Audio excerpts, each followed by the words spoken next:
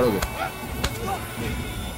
আমার বিরুদ্ধে কোর্টে সাক্ষী দিবি? না দে না না পিস্তল দে।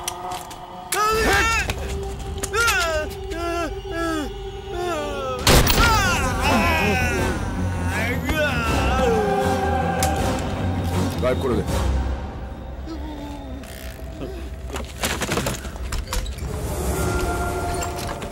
এই দাঁড়া।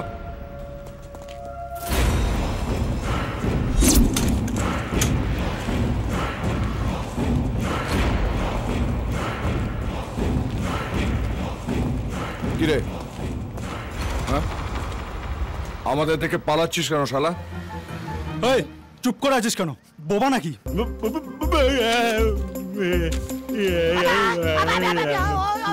এত দ্বারা আপনাদের সকলকে জানানো যাইতেছে যে আমরা মানিকতলা মুখ ও বধির সংস্থার সদস্য, এক কথায় যাহাদের পরিচয় প্রতিবন্ধী। আমাদের সাহায্যার্থে আপনাদের কাছ থেকে যে কোনো দান সশ্রদ্ধায় গ্রহণ করা হইবে মানিকতলা মুখ ও বধির সংস্থা। দাদা, এরা বোবা গালা। ঠিক আছে ঠিক আছে। হ্যাঁ বলছিলাম কি আপনার শাটার খোলা?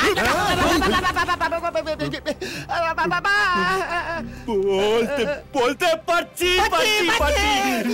ছোটবেলায় সন্ন্যাসী আমাকে বলেছিল যে রোজ যদি হনুমান চালিসা পড়ো দেখবে হনুমান মানুষের রূপ নিয়ে ঠিক তোমার কাছে এসে তোমার গলা ফিরিয়ে দেবে।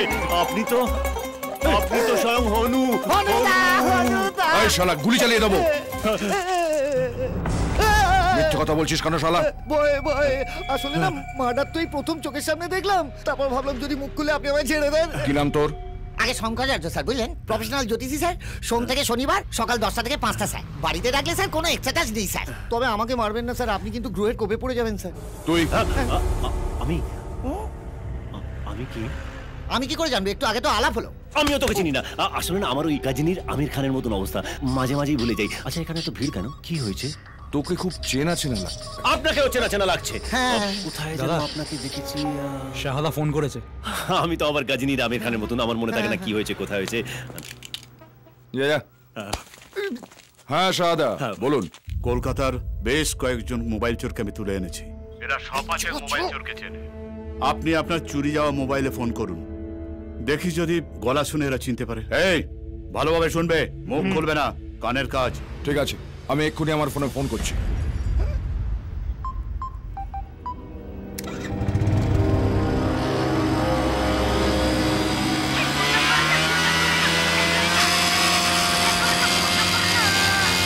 বন্ধ কর না, বন্ধ করতে বলছি না। বন্ধ করলে আর রাত হবে। এটাকে নিয়ে বিদায় হ। আমাকে ফোনে দিচ্ছে।